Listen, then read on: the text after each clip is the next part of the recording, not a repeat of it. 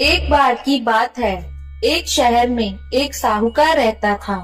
उनके घर में पैसों की कोई कमी नहीं थी, लेकिन उनकी कोई संतान नहीं थी, जिससे वे बहुत दुखी रहते थे। पुत्र प्राप्ति के लिए वे प्रत्येक सोमवार का व्रत रखते थे और शिव मंदिर में जाकर पूरी श्रद्धा से भगवान शिव और पार्वती जी की पूजा करते थे। उनकी भक्ति देखकर एक दिन माता पार्वती प्रसन्न हुई और उन्होंने भगवान शिव से उस साहूकार की इच्छा पूरी करने का अनुरोध किया। पार्वती की इच्छा सुनकर भगवान शिव ने कहा कि हे पार्वती, इस दुनिया में हर प्राणी को उसके कर्मों का फल मिलता है और उसके भाग्य में जो कुछ भी है उसे भुगतना पड़ता है। लेकिन पार्वती जी ने साहूकार की भक्ति का सम्मान करने के लिए उसकी इच्छाओं को पूरा करने की याचना की।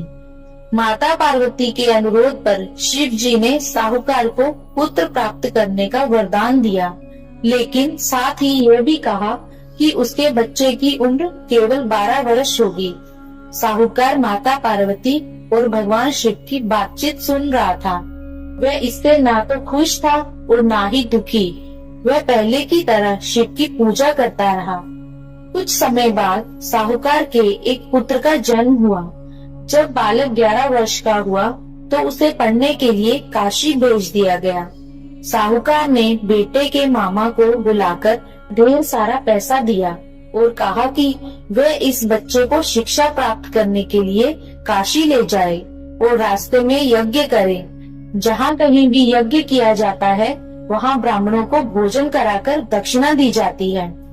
इसी प्रकार दोनों मामा भांजा यज्ञ करके ब्राह्मणों को दान दक्षिणा देकर काशी की ओर चले गए।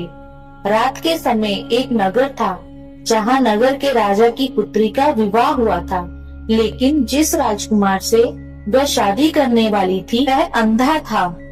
राजकुमार ने इस तथ्य को छिपाने की एक योजना के बारे में सोचा कि उसके बेटे की एक आंख नहीं है।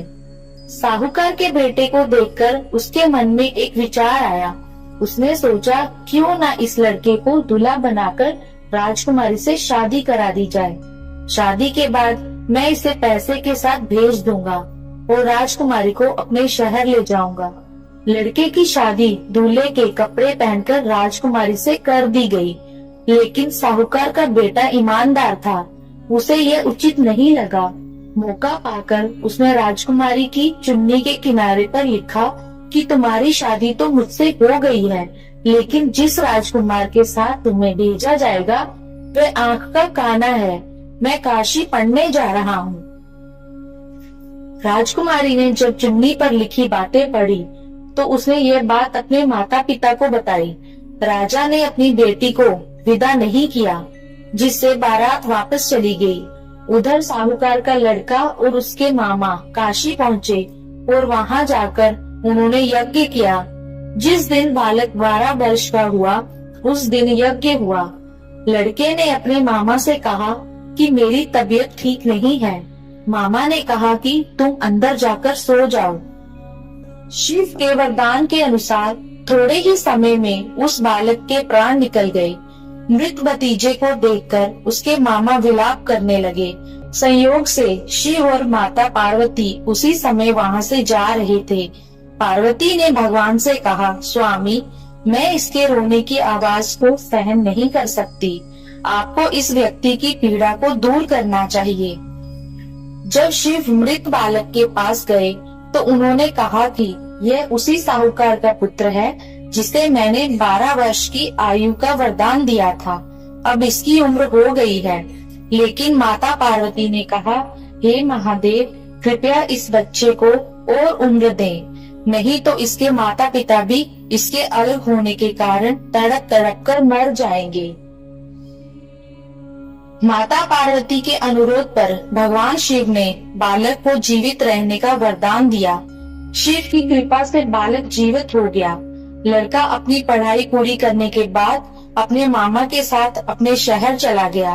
दोनों उसी शहर पहुँचे जहाँ उनकी शादी हुई थी। उस नगर में यज्ञ का भी आयोजन किया गया। लड़के के ससुर ने उसे पहचान लिया और महल में ले जाकर उसकी देखभाल की और अपनी बेटी को विदा कर दिया। यहाँ साहूकार और उसकी पत्नी भूखे प्यासे अपने बेटे का इंतजार कर रहे थे। उसने कसम खाई थी कि अगर उसे अपने बेटे की मौत की खबर मिली तो वह भी अपनी जान दे देगा। लेकिन अपने बेटे के जीवित रहने की खबर पाकर वह बहुत खुश हुआ। उसी रात भगवान शिव ने व्यापारी के सपने में आकर कहा, हे श्रेष्ठी, मैंने सोमवार का व्रत करके और व्रत कथा सुनकर प्रसन्न होकर आपके पुत्र को लंबी आयु दी है। इसी प्रकार जो कोई भी सोमवार का व्रत रखता है या कथा को सुनकर और पढ़ता है, उसके सभी दुख दूर हो जाते हैं और उसकी सभी मनोकामनाएं पूरी होती है। ओम नमः शिवाय।